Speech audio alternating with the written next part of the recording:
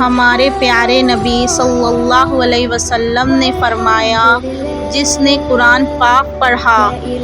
اور اسے پوری طرح حفظ کر لیا، جس چیز کو قرآن نے حلال ٹھہرایا اسے حلال جانا،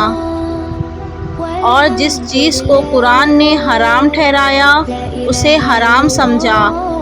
تو اللہ اسے اس قرآن کے ذریعے جنت میں داخل فرمائے گا،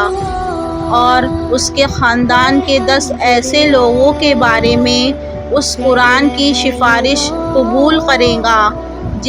جن پر جہنم واجب ہو چکی ہوگی۔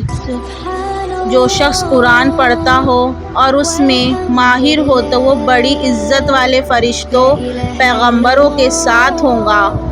اور جو شخص اٹک اٹک کر پریشانی کے ساتھ پڑھے تو اسے دوہرا ثواب ملے گا۔